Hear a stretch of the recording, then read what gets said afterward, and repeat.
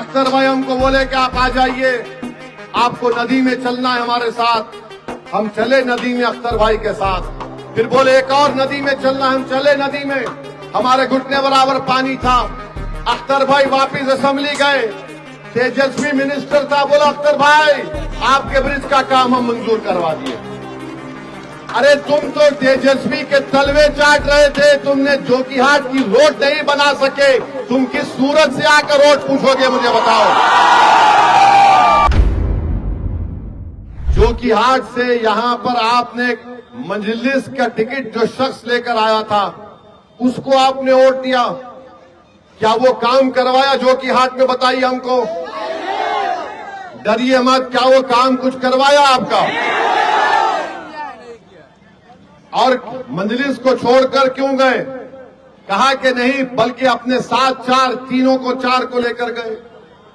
उसकी क़ियादत जोकीहाट के विधायक कर रहे थे, कह के मजलिस में रहेंगे तो काम नहीं होगा।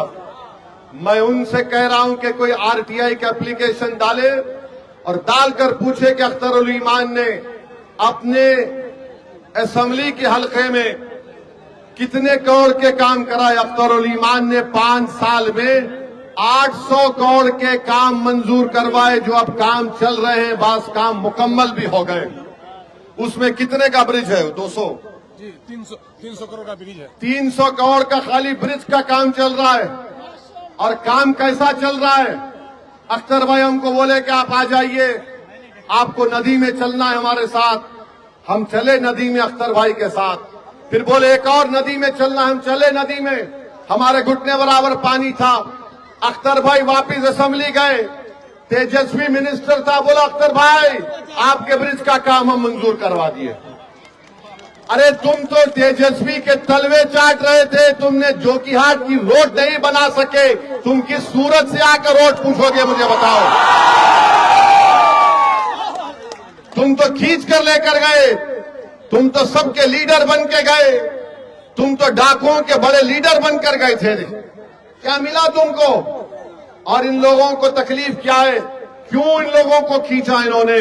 क्योंकि आपने अपने वोट से सीमांचल में मुसलमानों की एक सियासी लीडरशिप को पैदा किया। तो मोदी को तकलीफ, अमित शाह को तकलीफ, नीतीश कुमार को तकलीफ, लालू को तकलीफ, कांग्रेस को तकलीफ। ये कौन है वो लोग जिसको हम 60 साल से इनके जज्बात को दबा कर रखे थे, डरा कर रखे थे, इनको खिलौने देकर बहला कर रखे थे। आखिर ये क्या हुआ कि इन्होंने अपने वोटों से अपने दिल में छुपी हुई जज्बात को वोट के जरिए अपने नेताओं को कामयाब कर दिया।